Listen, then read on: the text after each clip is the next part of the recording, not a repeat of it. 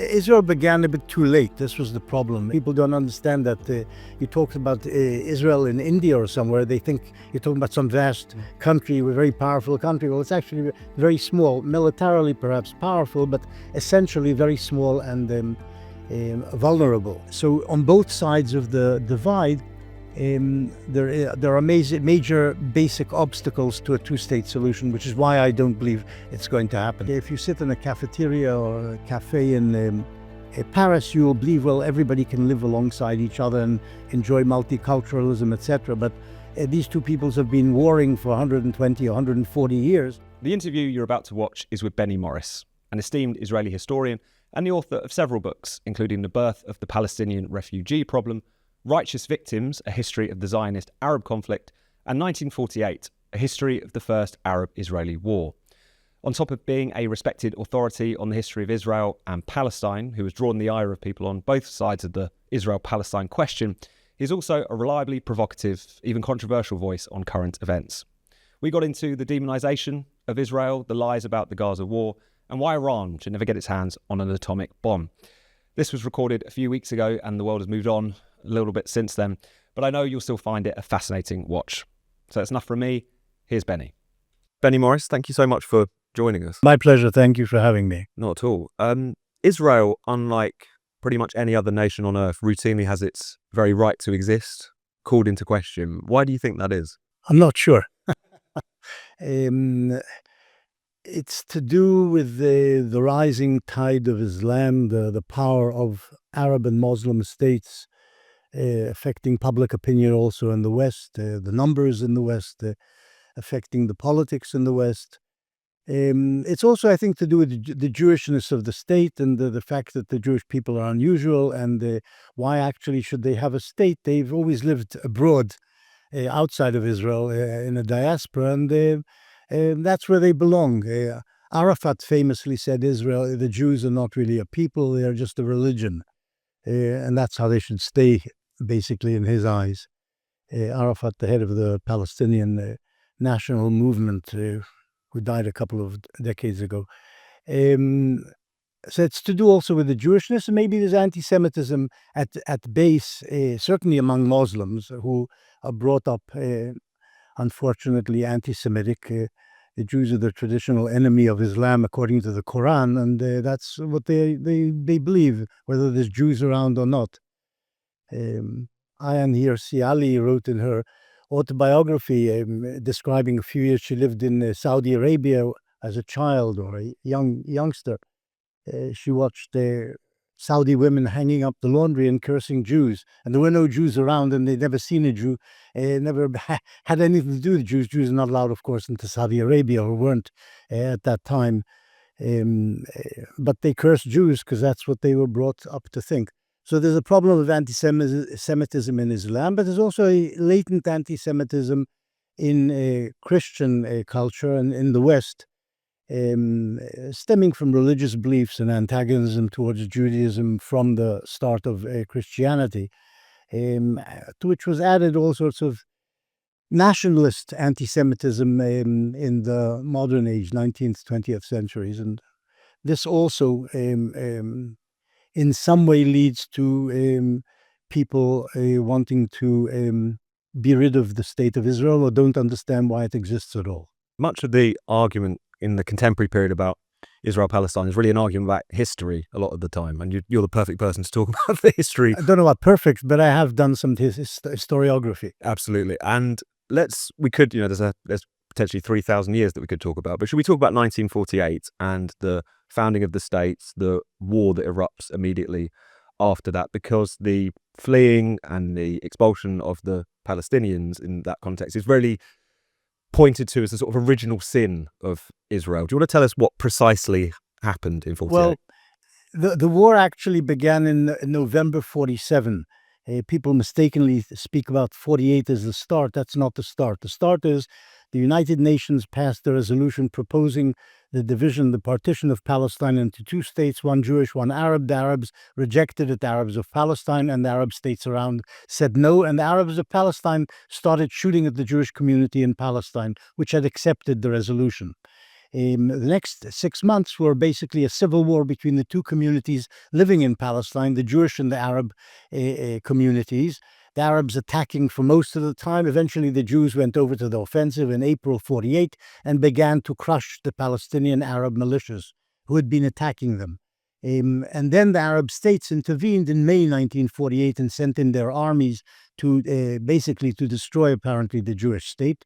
They didn't say that openly. They said they're coming to save their Palestinian brothers, but behind it there was the intention of either very badly harming, partitioning the Jewish part of Palestine, or destroying the the Zionist enterprise, which they didn't succeed in doing. And the war ended with a Zionist or Israeli victory over the Palestinian Arabs, and then subsequently over the Arab states who sued for peace. In the course of the war, many Palestinians fled their homes, and some were also expelled, and some were also told by their leaders to leave their places because the Arabs would win. They would then come back and also enjoy Jewish property, which would be seized. That didn't happen. They didn't come back, and Israel decided not to let them back because they had tried to destroy the Jewish state and would have been a fifth column. That's how they were regarded. And the Jews didn't allow them back, essentially turning into permanency their refugee status. And the Arab states, of course, some of them were interested in these refugee communities remaining miserable and stateless and so on. They could use them against Israel both politically and militarily, and that's what they did in the following decades.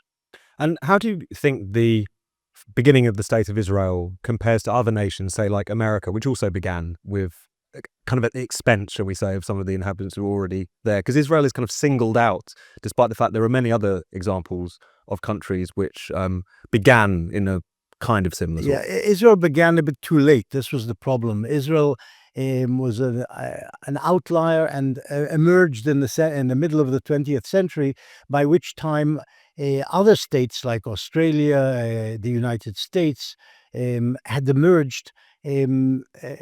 Also, if you like, at the expense of the local populations, but they emerged, and this was sort of accepted. And of course, states like the United States are very powerful. Nobody actually comes to the help of, I don't know, the remaining indigenous peoples in America. America's there, and it's there to stay. The Jews and Israel were a shaky problem from the beginning.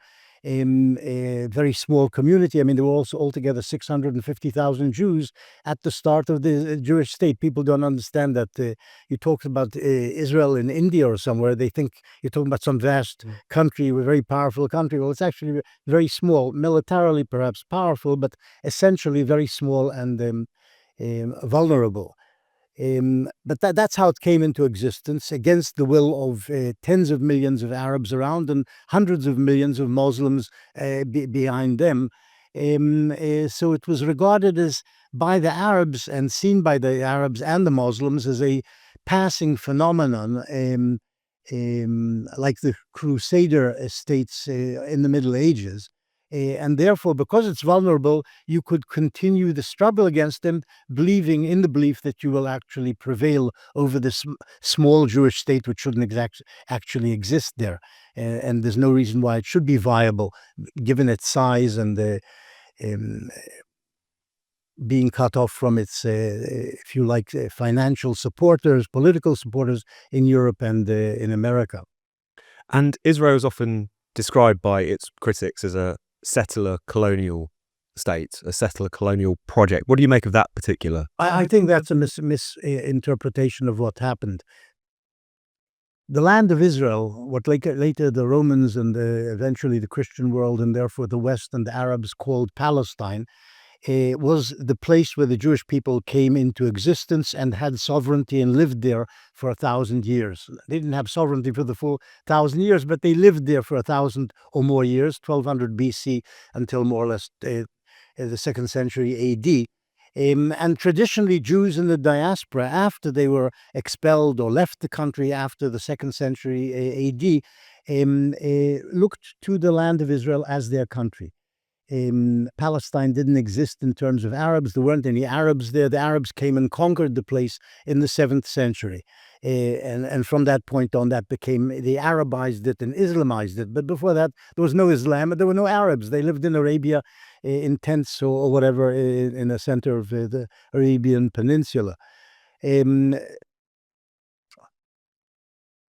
Jews who started coming there because of persecution and pogroms in Eastern Europe in the late 19th century, saw themselves as homecoming. Most of the Jews who fled Russia and the pogroms and anti-Semitism went to America. A small number came to Palestine and said, this is where we should actually live, the land of Israel. This is our country.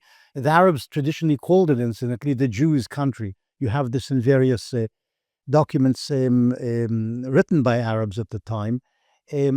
They came back to their own land. So this is a unique phenomenon. It's not Western colonial entrepreneurs or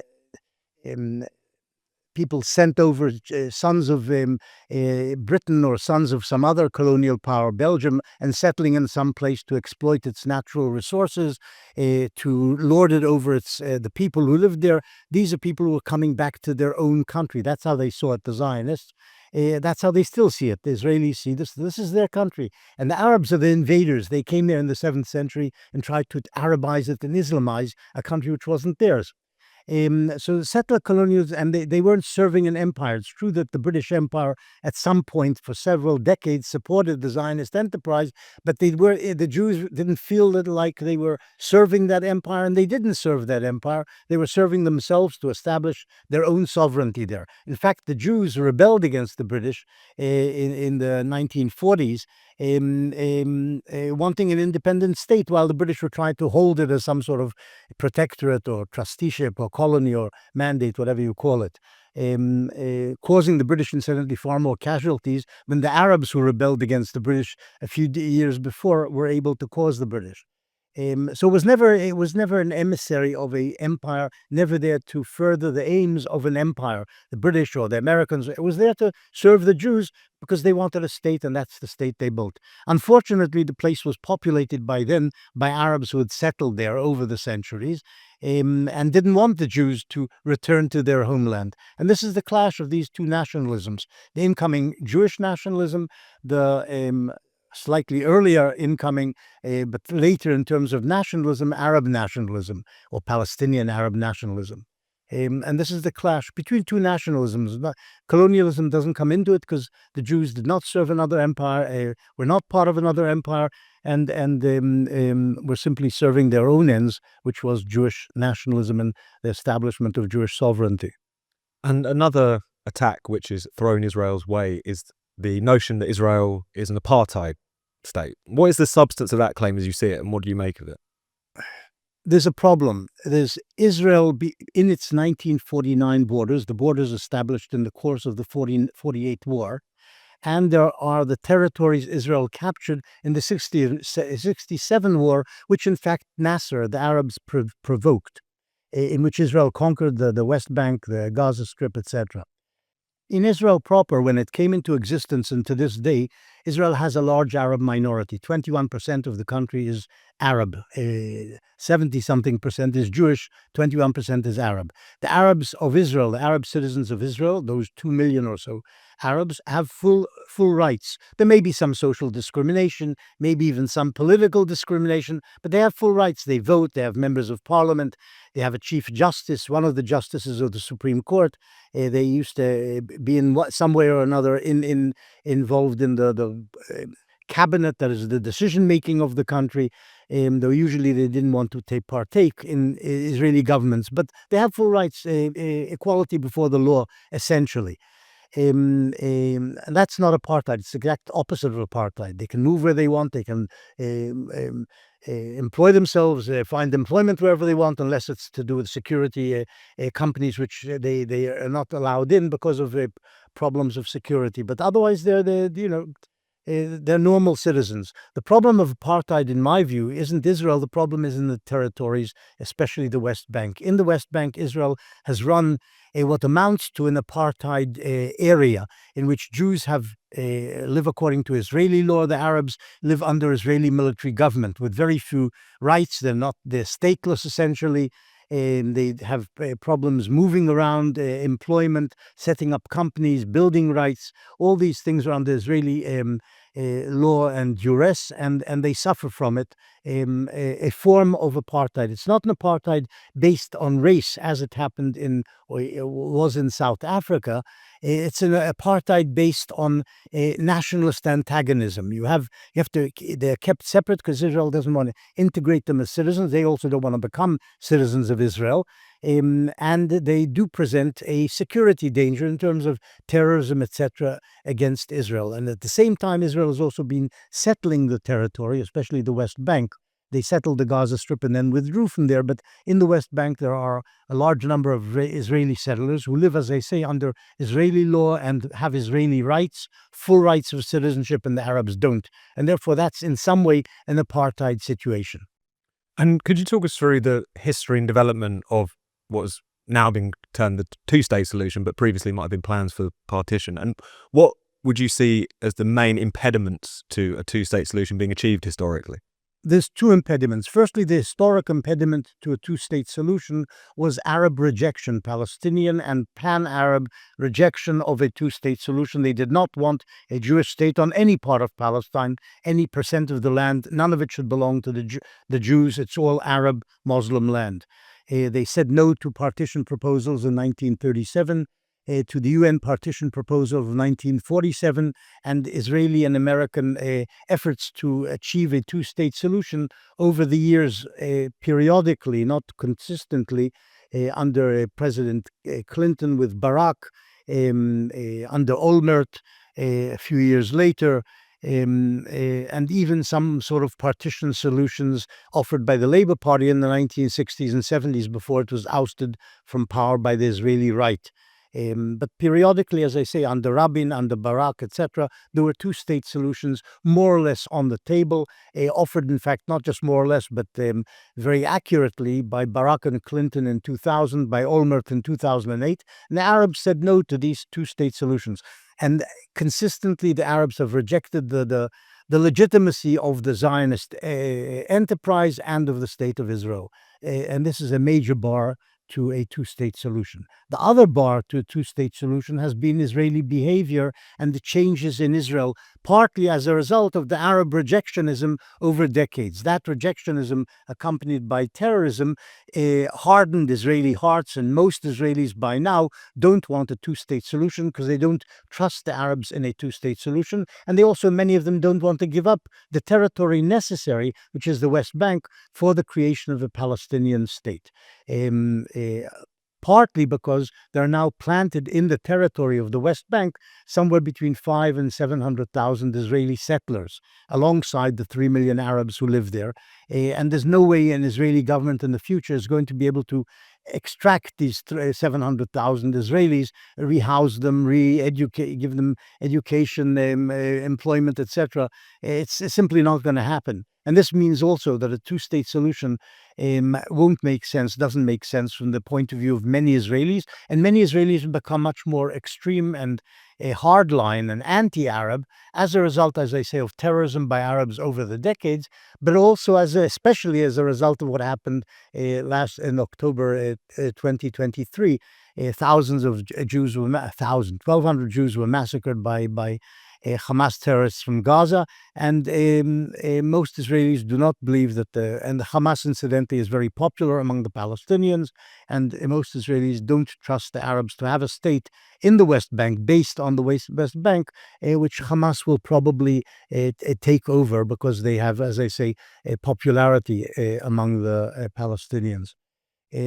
So on both sides of the divide, there are major basic obstacles to a two-state solution, which is why I don't believe it's going to happen. Certainly not in my lifetime, but as things are worsening every year, I don't see it happening at all. The problem is that the one-state solution also doesn't make sense because unlike if you sit in a cafeteria or a cafe in Paris, you'll believe, well, everybody can live alongside each other and enjoy multiculturalism, etc. But these two peoples have been warring for 120 or 140 years, and the tensions and the hatreds are such today that they can't really live together. There'll be a state of anarchy if ever there was a binational state of Jews and Arabs over one piece of territory, ruling one piece of territory. They would be killing each other in the streets. This is what would happen: total anarchy, and probably eventually one people would overcome the other and expel the other. That's probably what would happen. So you touched on October the 7th there, and one of the really striking things about that horrific atrocity was how quickly it was denied. So many people amongst the Western left, so many people amongst the sort of Western intelligentsia refusing to believe that the full scale of Hamas's atrocities actually took place, rejecting the idea that sexual violence was perpetrated, rejecting the idea that civilians were purposefully targeted. What did you make of that kind of denialism in real time of what had happened on Well, certainly it made Israelis and myself angry. Why are they denying what's actually appearing on the GoPro or whatever cameras of the actual perpetrators, the testimony of hundreds of survivors of the massacres in that party which they were having, and in the various kibbutzim where civilians were just mowed down and slaughtered in front of their children in front of their adults. Girls were raped serially, women were raped serially, both in the kibbutzim and at this dance party. Israelis find this astonishing, that the Westerners simply refuse to believe that Arabs did these things, and on purpose, apparently as a matter of policy, not just a few guys just raping women, but this is what they were told basically to do by their commanders: inflict terror on the Jews by doing these things, by filming these things, and at the same time later denying that they actually happened, because that serves Western leftists in the West who don't believe that victims, and the Arabs are presented as victims, can do terrible things. Only the people like successful Israelis or successful Americans or Englishmen can actually perpetrate atrocities against colonized victims. But actually here it was, of course, the victims who were supposedly victims, were doing the actual atrocities, but then turning the tables in terms of propaganda. What was very striking immediately after there was that denialism of what took place on October the 7th, it then suddenly very much shifted to, even before the war in Gaza began, suggesting that what Israel was planning to do here was a genocide. And that claim has been propounded, argued out, obviously the subject of ongoing international legal processes. What do you make of that particular claim, that what Israel has perpetrated in Gaza is not a war against Hamas, but is a genocidal campaign? No, I think this is nonsense. I think that what you can say is that at some points, and maybe even today, the Israeli government, supported at times by Trump, or even initiated by Trump, has supported an ethnic cleansing of the Arabs of Gaza. The Netanyahu government thinks that the long-term solution for Gaza can only be not 2 million people who hate Israel and want to attack it whenever they can, but to get rid of the whole problem of Gaza by moving the population, as much of the population as possible, to other countries, fellow Arab states, or even to the West or to some other places which will take them. Ethnic cleansing would be what the government would probably have liked to do, but it's unrealistic. It's not something which will happen, because basically nobody wants Palestinians in large numbers in their own country. Not the Egyptians, not the Jordanians, not other Arab states, and not Western countries. But that's not genocide. Moving the people from one place to another may be wrong in terms of some moral perspectives, but it's not killing a people. And that's what genocide means. Genocide means to kill a people. This was never the intention of the Israeli government in the counteroffensive against Hamas. The intention in that counteroffensive against a large guerrilla group, well armed, hiding behind a civilian population, was to kill the Hamasniks. And unfortunately, they were in mosques, in buildings, in school buildings, in apartment blocks. And to get at them, the only way was to actually kill them, usually from the air. which involved killing a certain number of civilians. Israel, in fact, warned the populations in various buildings by telephone and by public announcements, leave those buildings, this specific building, within an hour we're going to bomb it. And this is not what people who do genocide do. They don't warn people we're about to attack your homes, get out before we attack you. They don't give these announcements in genocides. I've studied one genocide, particularly the Muslim Turkish massacre of the Christian populations in Turkey between 1894 and 1923. No warnings are given. They just kill people. That's what genocide means. You kill as many of the people you're trying to destroy. And this isn't what happened in Gaza. The people were told to move out of areas which were going to be attacked, out of specific buildings which were going to be attacked, because there were Hamas people there and Hamas arms depots in these buildings. This isn't how genocide is committed. It's true that tens of thousands of Arab civilians also died in a war which was forced on Israel by a terrorist armed group which was hiding behind and under and above these civilians in tunnels and in the various other places. That was a war which was forced on Israel. People always say, well, Israel should have conducted the war in some other manner in which less civilians would have been killed. I've never been shown by anybody how that could have been done, how Israel could have fought the Hamas and in some way beaten the Hamas, which it has more or less done, though the Hamas holds a certain amount of territory and still controls the 2 million civilians who live in Gaza. How that could have been achieved without killing also a lot of civilians in the process, I don't know. I don't know how it could have been done. I've never been shown by anybody how Israel could have destroyed the Hamas, beaten the Hamas, without actually using weaponry which involved killing also civilians.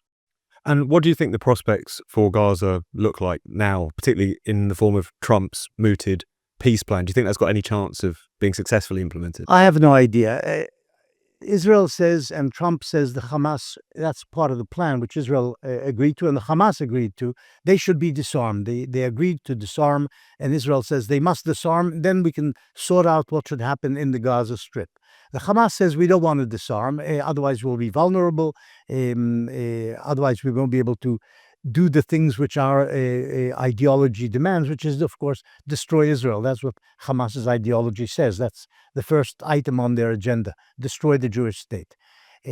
So how you manage to solve the problem without Hamas disarming, I don't know. I have no idea, and that's not going to happen. They've said consistently they won't disarm. Now they say, well, we'll disarm if Israel withdraws and this and that, but it's all nonsense. They're not disarming, much as the Hezbollah is not going to disarm in Lebanon, even though they agreed to disarm as well. That's not going to happen. They won't disarm because their objective is to destroy Israel, and you need weapons for that.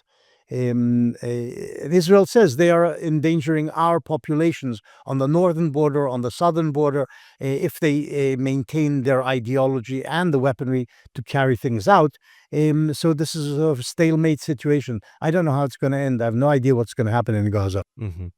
And you've already touched on it, but I think it would be worth you building on it for our audience a little bit, which is the role that radical Islam plays in the Palestinian movement, because I think it's often discussed purely as a sort of national liberation struggle, but you don't need to know much about Hamas or Islamic jihad to see that their opposition to Israel is, shall we say, much more theological than some people might accept. So could you speak a bit more to that? Yeah, I think historians and commentators have downplayed or ignored completely the religious element in the Palestinian struggle, and if you like, the pan-Arab struggle against Israel, the Zionist enterprise, and then the state of Israel. It's always been there. It's always been at the basis. I'm not saying that's the only drive among Palestinians or in the Arab world against Israel's existence, but it was always there, the religious element of jihad and of the country being sacred, holy Islamic land, which must be reclaimed for Islam, much as the Islamic land which was taken by the Crusaders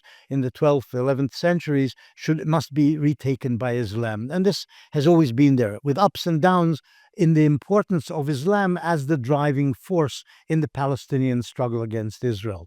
At the moment, it's at its peak. That is, you can see clearly that what is driving Palestinian resistance, as they call it, to Israel, if you like, the desire to destroy Israel, is also religious, and in large measure religious. And they speak frankly about jihad and the need to destroy the infidel state which somehow has arisen among us. But this was always there.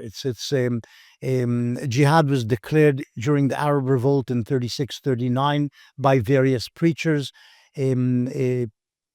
Arab leaders in the 48 War, including King Farouk of Egypt, who ruled Egypt and the Egyptian army in the invasion of Israel in 1948, spoke bluntly to Western diplomats, "I'm driven by not necessarily my own personal beliefs, but by my people's religious impulse to destroy the Jewish state." He didn't say destroy the Jewish state, to fight the Jews.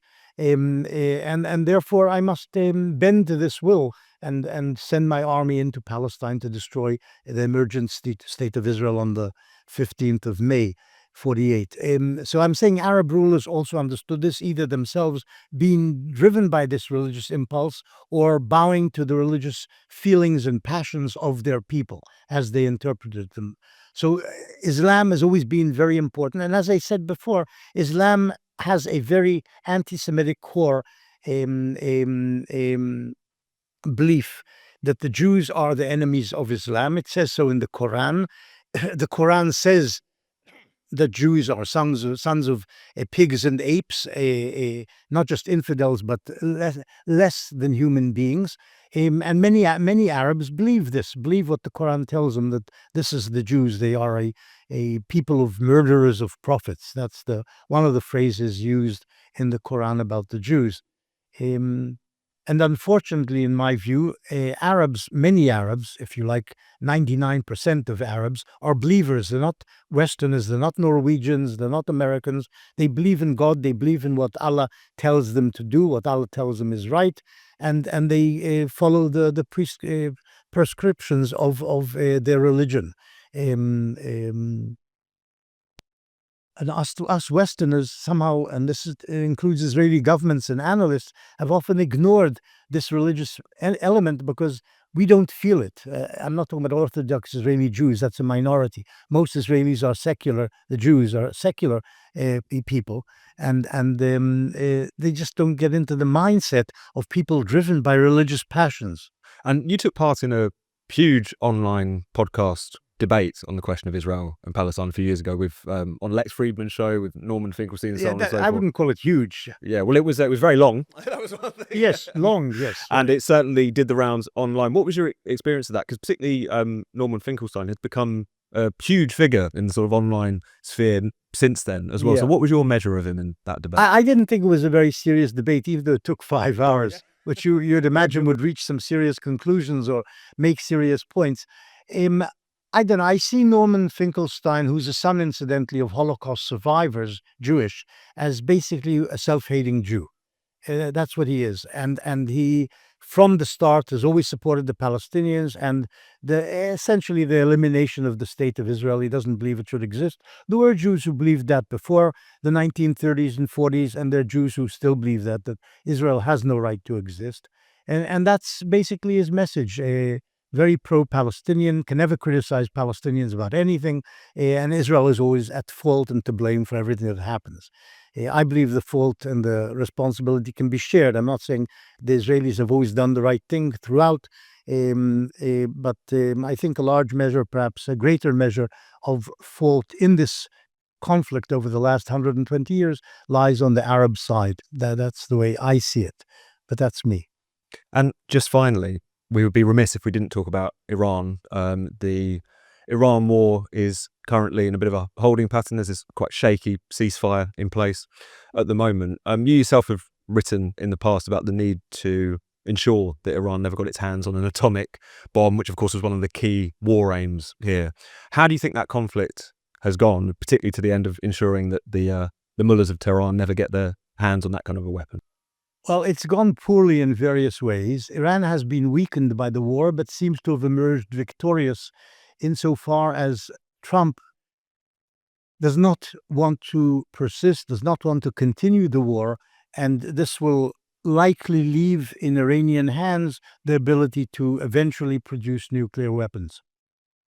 This means they will retain the highly enriched uranium necessary for that, and perhaps the companies, the installations with which they can eventually produce nuclear weapons. It doesn't look that that's going to be eliminated by any agreement reached between Trump and the Iranians, because Trump wants to withdraw from the war. He hoped, I think, like Netanyahu, that the initial enormous Israeli and American airstrikes would topple the regime. That didn't happen. The regime is not going to raise a white flag. They're driven by religious passions, anti-Western, anti-Zionist, anti-Semitic, the big Satan, the little Satan, and so on. They won't raise a white flag so long as any of them are standing, the mullahs and the Iranian Revolutionary Guard units.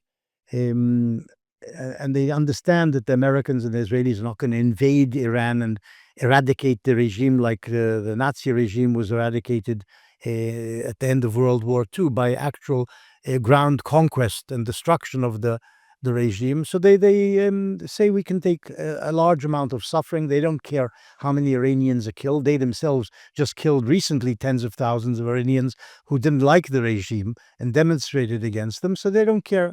Let them kill another 100,000 Iranians. This won't bother us. We will, and the same is incidentally about the Hamas.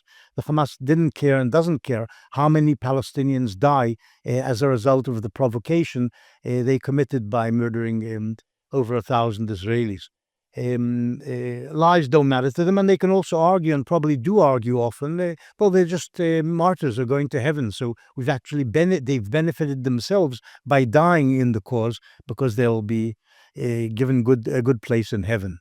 And the Iranians are the same. So, and as I say, Trump, because of internal problems, the economic situation in the world, etc., has pulled back from the aim of destroying the regime, and even apparently from destroying definitively the Iranian nuclear potential. So I don't know what will happen. My assumption is they'll reach some sort of agreement here. Iran will raise the flag and say we've won, and Israel will be forced in the coming months and years to strike again at Iran for the third time, to keep it away from producing nuclear weapons, to stop the march towards nuclear weaponry. I don't know if that can be maintained. I used to believe Israel could stop Iran's attainment of nuclear weapons. I'm not sure that's really possible. Though, if you want me to say something more extreme, it's possible, yes. It's possible if Israel uses tactical nuclear weapons down the road, and that may be what will happen. Or the Iranians will use nuclear weapons first, and Israel will use them in a second strike capability, and that's maybe how this war will end. But without that, I don't see the Iranians not achieving nuclear weaponry and not using the nuclear weaponry against Israel, which has been their stated aim. They've said that for decades, we will destroy Israel. That's one of our major foreign policy platforms, Iran. Benny Morris, thank you very much. My pleasure.